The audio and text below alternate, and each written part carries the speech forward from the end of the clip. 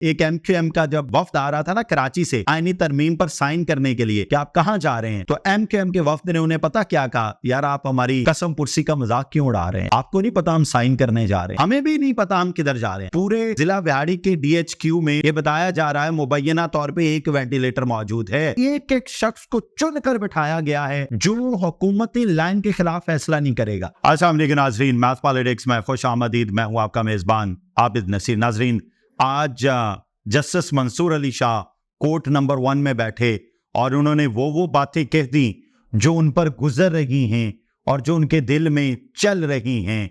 इसकी क्या तफसीलात हैं आपको बताना है। और मैंने अपने एक पिछले व्लॉग में इस खदशे का इजहार किया था कि अब जो मामलात बन चुके हैं इन सारे मामलात में होगा ये कि खिंचातानी का सा माहौल रहेगा, जबकि चीफ जस्टिस याहिया अफरीदी ये कह चुके हैं अगर कोई मुदाखलत करे तो मुझे बताना है।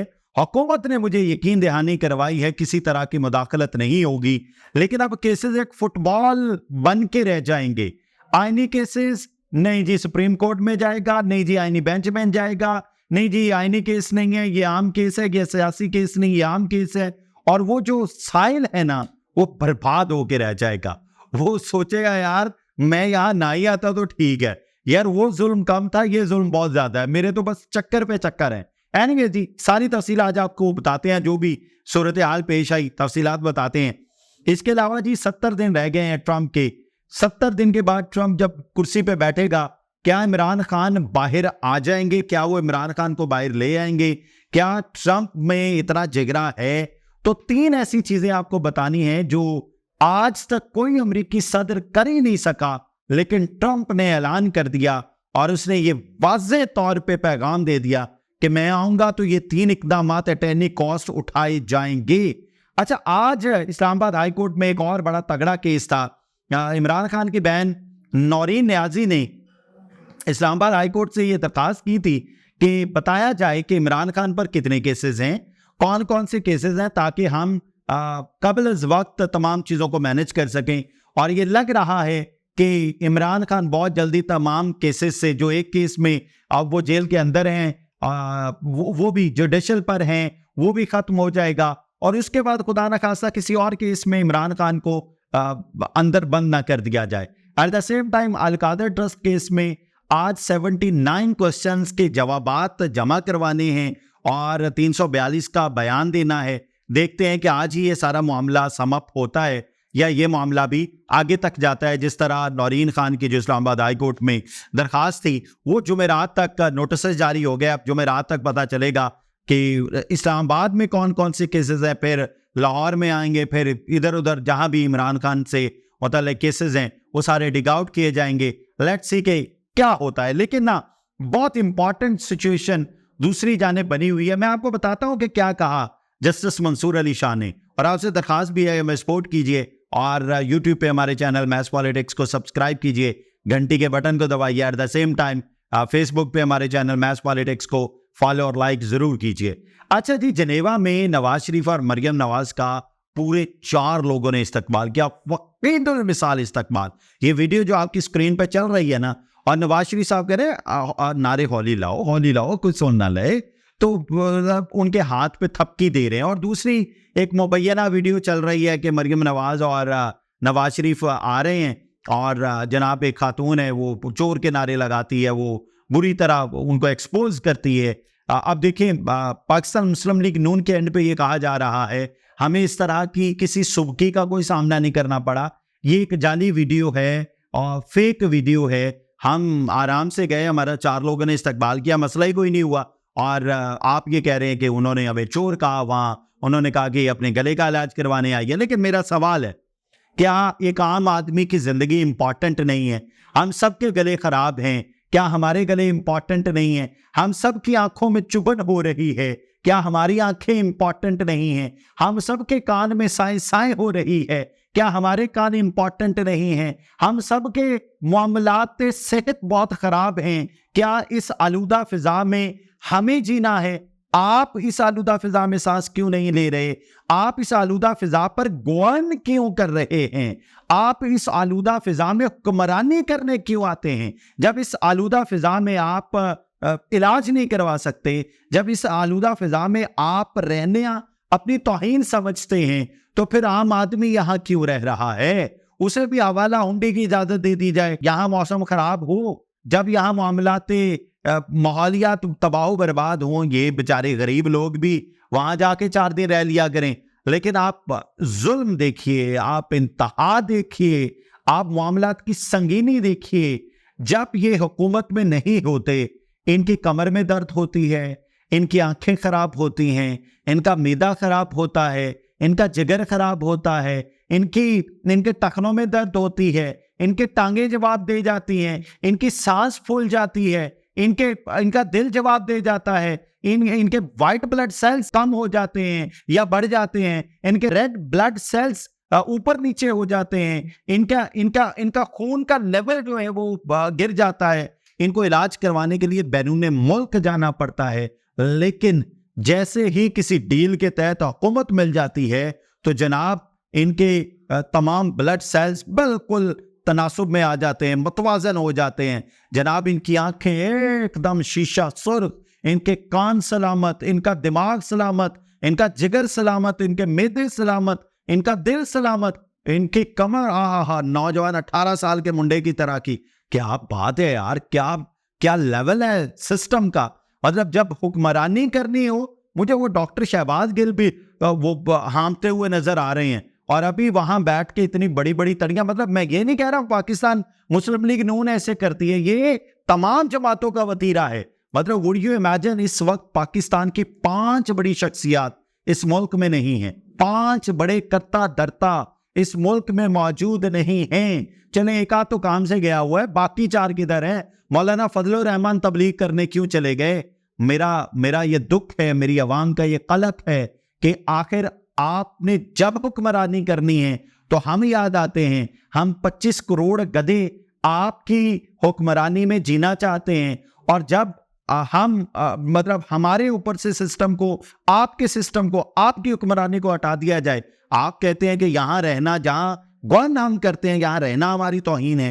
ये जुल्म है। ये जो इस वक्त कातिल माहौल चल रहा है, इसके इक़्तिदारों के लिए तमाम लोगों को बैठ के काम करना चाहिए था। और ये कोई छोटे से कलीलुल मुद्दती काम नहीं है, ये तवीलुल मुद्दत काम है। इस पे अभी से काम करेंगे तो शायद हालात हमारे कंट्रोल में आ जाएं, लेकिन अगले साल तो इससे भी बुरी सूरत हाल होगी।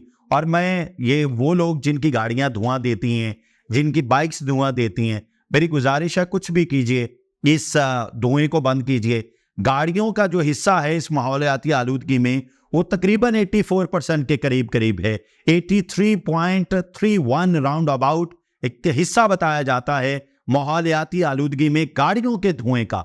और फिर ये जो बड़े ट्रक्स, डीजल गाड़ियां खासतौर पे धुआं देती हैं, मतलब अवाम को भी अपने एंड पे किरदार अदा करना चाहिए और हुकूमतों को भी अपने एंड पे किरदार अदा करना चाहिए। ये फिजा हमारी है, ये मुल्क हमारा है, ये दरख्त हमारे हैं, ये पहाड़ हमारे हैं। इनकी सलामती के लिए हमें काम करना है, ना कि अगर हमारा गला खराब हो जाए तो हम इलाज करवाने के लिए कहीं और चले जाएं।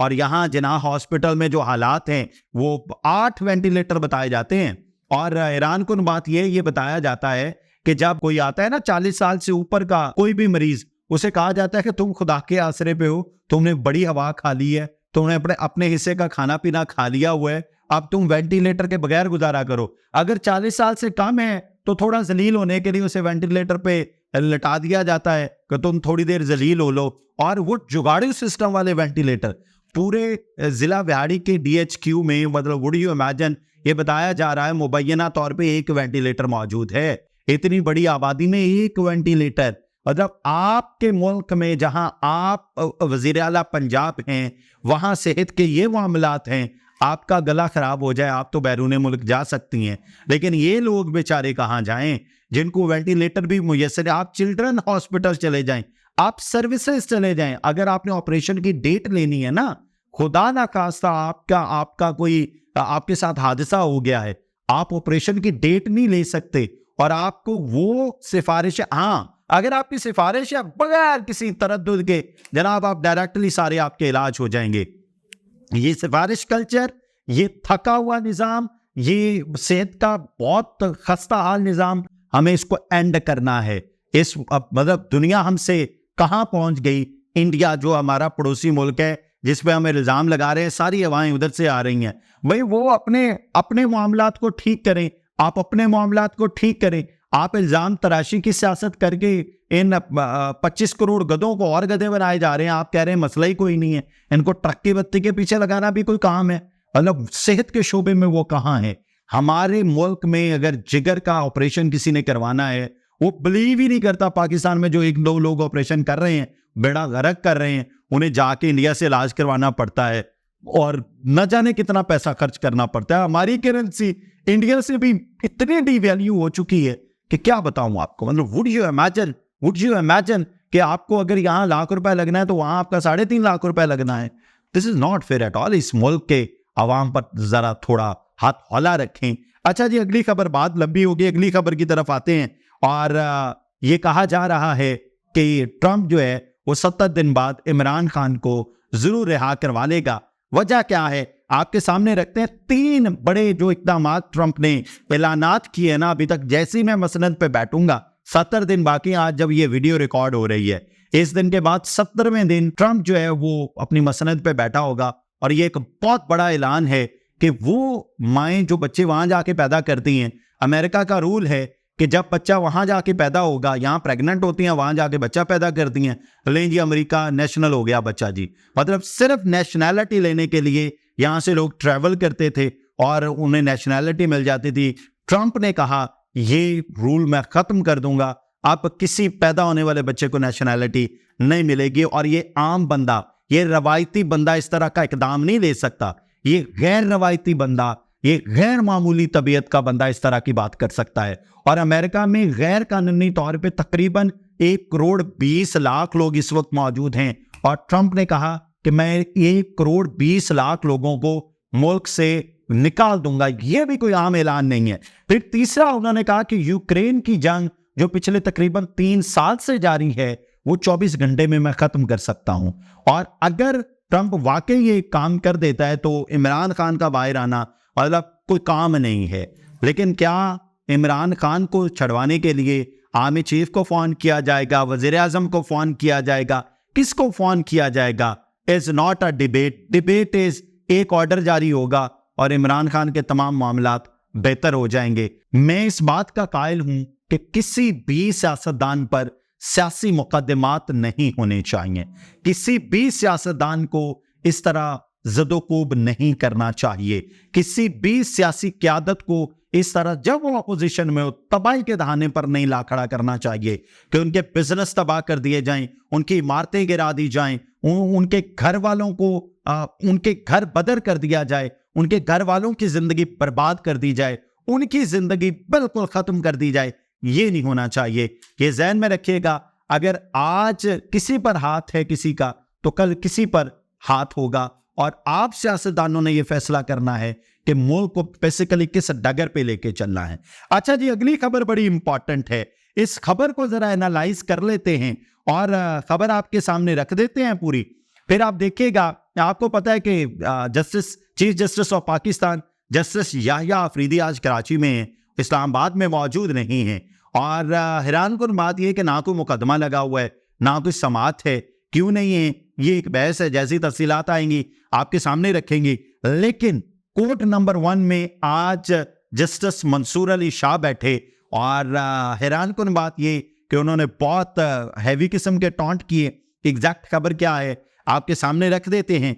सुप्रीम कोर्ट के सीनियर जज जस्टिस मंसूर अली शाह के आईनी बेंच से मुताल्लिक एक बार फिर दिलचस्प रिमार्क्स सामने आ गए। कोर्ट रिपोर्टर्स के मुताबिक सुप्रीम कोर्ट में टैक्स के केस की समाअत हुई, जहां दौरान समाअत जस्टिस मंसूर शाह ने सवालात उठाए कि जब तक आईनी बेंच नहीं बैठेगा क्या हम गैर आईनी हैं। जब तक आईनी बेंच नहीं बैठेगा तो उन्होंने कहा कि क्या हम गैर आईनी हैं, यानी जो कोर्ट नंबर 1 में बैठे हुए थे वो क्या गैर आईनी बैठे हुए हैं। ये सवाल किया गया। इस वक्त कोई आईनी बेंच नहीं, तो ये जो गैर आईनी बेंच बैठा है इसका क्या करना है। वो जो 3 जजेस बैठे हुए थे ना, तो वो उन जजेस को मुखातिब करके कहा और कोर्ट में मौजूद लोगों को मुखातिब करके जस्टिस मंसूर अली शाह ने कहा कि इन गैर आईनी लोगों का क्या करना है, इस गैर आईनी बेंच का क्या करना है। उन्होंने रिमार्क्स दिए कि मतलब है कि जब तक आईनी बेंच नहीं बैठता आईनी मुकदमात नहीं सुने जाएंगे। मैंने कहा ना, फुटबॉल बन के रह जाएगा, कौन सा आईनी मुकदमा है कौन सा गैर आईनी मुकदमा है, इसी में आप उलझे रहेंगे। अच्छा, आप हैरान होंगे, आप खबर जरा सुनते जाइए और फिर एनालाइज करते जाइए। खुद मतलब पाकिस्तान के सीनियर तरीन जज जस्टिस मंसूर अली शाह, वो खुद अभी तक क्लियर नहीं है कि 26वीं आईनी तरमीम के बाद ऊंट किस करवट बैठेगा। आइन क्या है, कानून क्या है, सिस्टम क्या है, बेसिकली करना क्या है, किसी को कुछ नहीं पता। देखिएगा, इसी खबर में आपको बताना है। उन्होंने रिमार्क्स दिए कि जब तक आईनी बेंच नहीं बैठता आईनी मुकदमा नहीं सुने जाएंगे। हम इस केस को सुन भी लें तो कोई हमें पूछ नहीं सकता। अगर हम केस का फैसला कर भी देते हैं तो क्या होगा, यह सवाल किया गया। नजर-ए-सानी भी हमारे पास आएगी तो हम कह देंगे कि हमारा दायरा इख्तियार है। फिर उन्होंने कहा कि सुप्रीम कोर्ट में सुई नॉर्दर्न जायद बिलिंग केस की समाअत हुई, जहां जस्टिस मंसूर अली शाह, जस्टिस अकील अब्बासी पर मुश्तमिल 2 रुकनी बेंच ने केस की समाअत की। ऊपर वाले में 3 रुकनी बेंच बैठा हुआ था, यहां 2 रुकनी बेंच बैठा हुआ है। अच्छा जी, दौरान समाअत वकील दरखास्त गुजार ने कहा कि इस केस की नजर-ए-सानी अभी ज़ेर-ए-इल्तवा है। 26वीं तरमीम के बाद अब यह केस आईनी बेंच में जाएगा। इस पर जस्टिस मंसूर अली शाह ने रिमार्क्स देते हुए कहा कि इस केस में कोई आईनी या कानूनी सवाल मौजूद नहीं, सारे मुकदमात आईनी बेंचेस में ना लेकर जाएं। यस, सारे केसेस आप आईनी बेंच में लेकर जाना चाह रहे हैं। कुछ मुकदमात आपको पता है कि जस्टिस अमीनुद्दीन आईनी बेंच के सरबराह बन चुके हैं, तो ये भी एक बड़ी स्टोरी है यार। अच्छा, ये कोर्ट रिपोर्टर्स ये बता रहे हैं कि एक एक शख्स को चुनकर बिठाया गया है जो हुकूमती लाइन के खिलाफ फैसला नहीं करेगा। लेट्स सी कि क्या होता है। जजेस आइन और कानून की और इंसाफ की बात करते हैं या फिर जिस तरह सियासतदान कॉम्प्रोमाइज्ड हैं। आप हैरान होंगे, एक MQM का जब वफ्द आ रहा था ना कराची से आईनी तरमीम पर साइन करने के लिए, वहीं एक साहब उसी फ्लाइट के जरिए कराची से इस्लामाबाद आ रहे थे, तो उनसे MQM वाले वफ्द से पूछा कि आप कहाँ जा रहे हैं। तो MQM के वफ्द ने उन्हें पता क्या कहा, यार आप हमारी कसम पुरसी का मजाक क्यों उड़ा रहे हैं, आपको नहीं पता हम साइन करने जा रहे हैं, हमें भी नहीं पता हम किधर जा रहे हैं। मतलब ये हालात हैं। ये मतलब चश्मदीद गवाह ने ये बताया कि सवाल पूछा गया उनसे और उन्होंने ये जवाब दिया कि आप हमारी बेबसी का, कसम पुरसी का, आप हमारे बुरे हालात का मजाक क्यों उड़ा रहे हैं, आपको नहीं पता हम किधर जा रहे हैं, 26वीं आईनी तरमीम करने जा रहे हैं। ये वो हालात हैं जिसका आम आदमी निशाना बन रहा है। आम आदमी तबाह होके रह गया, सिस्टम तबाह होके रह गया। ना पार्लियामेंट की सुपरमेसी रही, ना अदालतों की सुपरमेसी रही, पता नहीं किसकी सुपरमेसी है। इस चीज को हमें देखना होगा। अच्छा जी, उस पर इस केस में कोई आईनी या कानूनी सवाल मौजूद नहीं, सारे मुकदमात आईनी बेंच में ना लेकर जाएं, कुछ मुकदमात हमारे पास भी रहने ने दरखास्त हो रही है। बाद अदालत ने सुई नॉर्दर्न जायद बिलिंग केस निपटा दिया और करार दिया कि ज़ेर-ए-इल्तवा नजर-ए-सानी केस में दरखास्त गुजार सवाल उठा सकते हैं। बताया जा रहा है कि हाल में नाफिज होने वाली 26वीं आईनी तरमीम के बाद सुप्रीम कोर्ट में पहला केस जो समाअत के लिए आईनी बेंच को मुंतकिल किया गया, वो वजारत पेट्रोलियम नेशनल रिसोर्स के 7 मुलाजमीन की हाई कोर्ट के फैसले के खिलाफ अपील का केस था। दौरान समाअत दरखास्त गुजारों के वकील वसीम सज्जाद ने मौक़िफ़ अपनाया कि पुरसुकून जिंदगी हर शहरी का आईनी हक है। इस पर जस्टिस मंसूर अली शाह ने रिमार्क्स दिए कि इसमें आईनी सवाल है और 26वीं आईनी तरमीम में कहा गया है कि आईनी केसेस आईनी बेंच सुनेंगे। आप आईनी बेंचेस बनेंगे और वही तयन करेंगे। बेंच में मौजूद जस्टिस आयशा मलिक ने रिमार्क्स दिए कि ये केस अहम है, आईनी बेंच ही सुनेगा। हम ये दरखास्तें आईनी बेंच को भेज रहे हैं। अब जरा चेक कीजिए, आप इधर सुप्रीम कोर्ट में और वहां जाके पता चला आपकी समाअत हो रही है, आपको पता चला नहीं आपका केस तो आईनी बेंच का है, आप आईनी बेंच में भागें, जरा जाएं।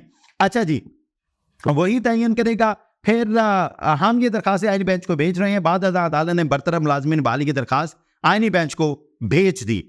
आप हैरान होंगे, अब आईनी बेंच में ये बेचारे मुलाजमीन जाएंगे, फिर क्या होगा। अलावा 26वीं आईनी तरमीम से मुतालिक सुप्रीम कोर्ट के सीनियर जज जस्टिस मंसूर अली शाह, जस्टिस आयशा मलिक के दिलचस्प रिमार्क्स भी सामने आए। मौसमियाती तब्दीली अथॉरिटी के क़याम से मुतालिक इस पर समाअत के दौरान जस्टिस मंसूर अली शाह का एडिशनल अटॉर्नी जनरल से दिलचस्प मुकालमा भी हुआ। दौरान समाअत जस्टिस मंसूर अली शाह ने इस्तफसार किया, क्या मौसमियाती तब्दीली के चेयरमैन का नोटिफिकेशन जारी हो चुका।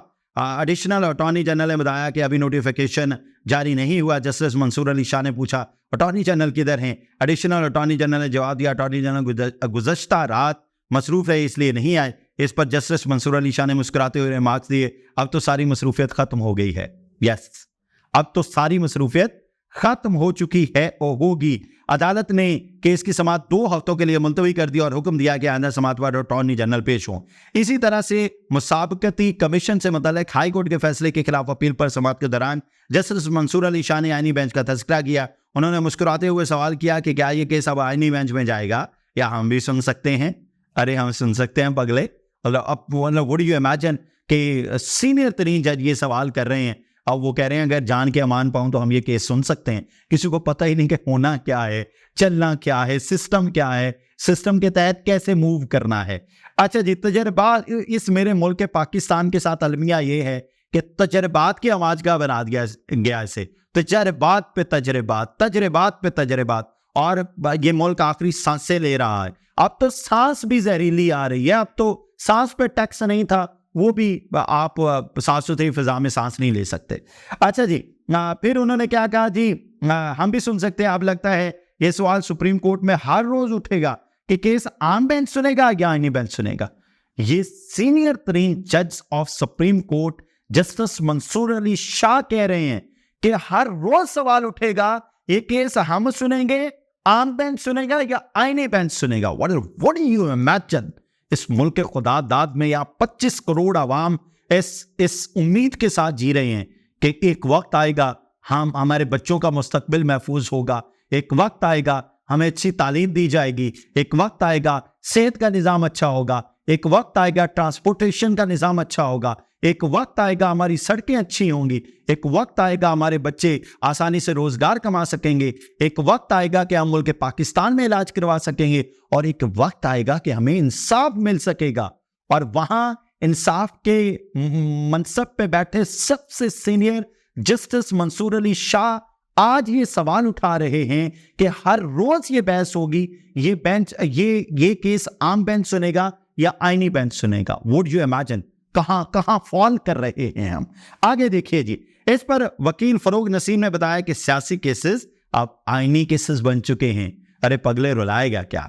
फिर देखिए, जस्टिस आयशा मलिक के मुस्कुराते हुए रिमार्क्स दिए, चलें जी अब आप जाने और आपके आईनी बेंच जाने, नई तरमीम पढ़ लें। फिर उन्होंने कहा कि आर्टिकल 199 वाला केस यहां नहीं सुन सकते। जस्टिस मंसूर अली शाह ने रिमार्क्स दिए कि 3 हफ्तों तक केस की समाअत मुलतवी कर रहे हैं, तब तक सूरत हाल वाज़ेह हो जाएगी। वैसे भी हमें खुद समझने में जरा वक्त लगेगा। मतलब वुड यू इमेजिन, सीनियर तरीन justice of supreme court justice Mansoor Ali Shah की ये कह रहे हैं कि हमें अभी समझने में थोड़ा वक्त लगेगा। तो इस आवाम का बेचारी का क्या करना है। इनको जिस तरह बोरीबंद लाशें होती हैं, ये चलती फिरती बोरीबंद लाशें, बोरियों की जगह इन्होंने बेचारों ने लंडे के कपड़े पहने हुए हैं, गुजारे किए हुए हैं, चलते फिरते आपने इंसान, यकीन कीजिए आपने जिंदा लाशें बना दिए। मेरी दुआ है अल्लाह ताला पाकिस्तान और पाकिस्तान में बसने वालों की खैर करे। इजाजत दीजिए, अल्लाह हाफ़िज़।